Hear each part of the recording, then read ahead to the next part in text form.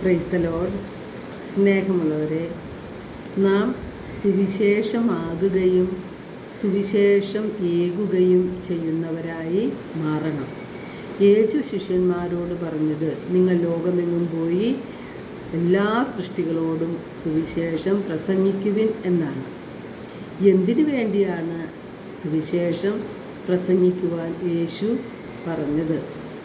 പിതാവായ ദൈവത്തെയും അവിടുന്ന് അയച്ച പുത്രനായ യേശുവിനെയും അറിയുവാനും സ്നേഹിക്കുവാനും വിശ്വസിക്കുവാനും വേണ്ടിയാണ് സുവിശേഷം പ്രസംഗിക്കുവാനായിട്ട് ശിഷ്യന്മാരോട് പറയുന്നത്.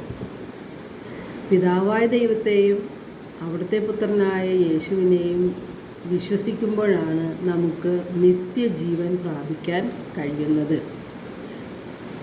ദൈവം തൻ്റെ പുത്രനായ യേശുവിനെ ഭൂമിയിലേക്ക് അയച്ചത് നമ്മെ എല്ലാവരെയും രക്ഷിക്കുവാൻ വേണ്ടിയാണ്. നമ്മുടെ ആത്മാക്കളെ രക്ഷിച്ച് നിത്യജീവനിലേക്ക് നമ്മെ പ്രവേശിപ്പിക്കാൻ വേണ്ടിയാണ് പുത്രനായ യേശുനാഥൻ ഈ ഭൂമിയിലേക്ക് വന്നത്.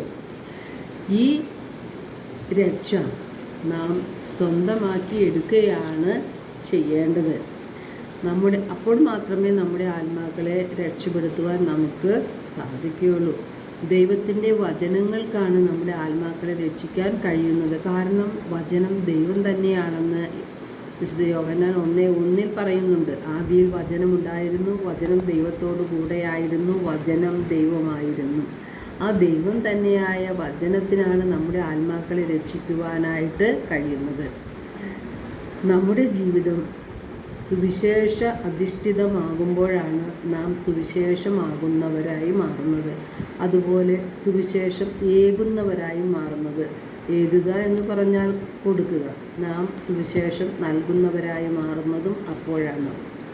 നമ്മളുടെ സംസാരവും പ്രവർത്തനങ്ങളും ജീവിത രീതിയും വഴി യേശുവിനെ മഹത്വപ്പെടുത്തുവാനായിട്ട് നമുക്ക് സാധിക്കും. അങ്ങനെയാണ് നാം സുവിശേഷമാകുന്നതും സുവിശേഷം ഏകുകയും ചെയ്യുന്നവരായി മാറുന്നത്.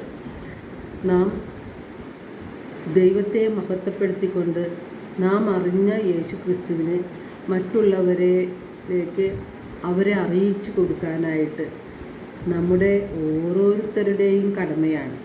വിശ്വാസം കേൾവിയിൽ നിന്നും, കേൾവി യേശു ക്രിസ്തുവിനെ കുറിച്ചുള്ള പ്രസംഗത്തിൽ നിന്നുമാണ് ഉണ്ടാകുന്നത്. അതിനാൽ സുവിശേഷം പ്രസംഗിക്കേണ്ടത് നാം ഓരോരുത്തരുടെയും കടമയാണ്.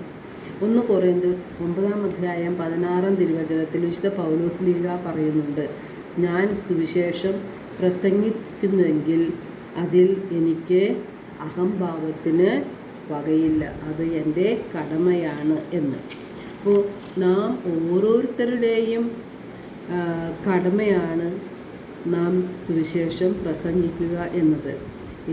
യേശു തൻ്റെ ശിഷ്യന്മാരോട് ആ ദൗത്യം ഏൽപ്പിച്ചു കൊടുത്തപ്പോൾ ശിഷ്യന്മാരുടെ പിൻഗാമികളായി വരുന്ന നാം ഓരോരുത്തരും, എല്ലാ ക്രൈസ്തവരും സുവിശേഷം പ്രസംഗിക്കുവാൻ കടപ്പെട്ടവരാണ്.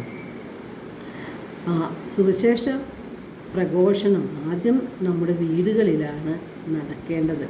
മറ്റുള്ളവരെ സ്നേഹിച്ചും അംഗീകരിച്ചും വിട്ടുവീഴ്ചകൾ ചെയ്തും വേദനിപ്പിച്ചവരോട് ക്ഷമിച്ചുകൊണ്ടും അവർക്ക് നന്മകൾ ചെയ്തുകൊണ്ടും നാം കുടുംബങ്ങളിൽ ജീവിക്കുമ്പോൾ അത് വലിയൊരു മാതൃകയാണ്. നാം സുവിശേഷം ഏകുകയാണ് ചെയ്യുന്നത്. എല്ലാവരെയും ദൈവം സമൃദ്ധമായി അനുഗ്രഹിക്കട്ടെ.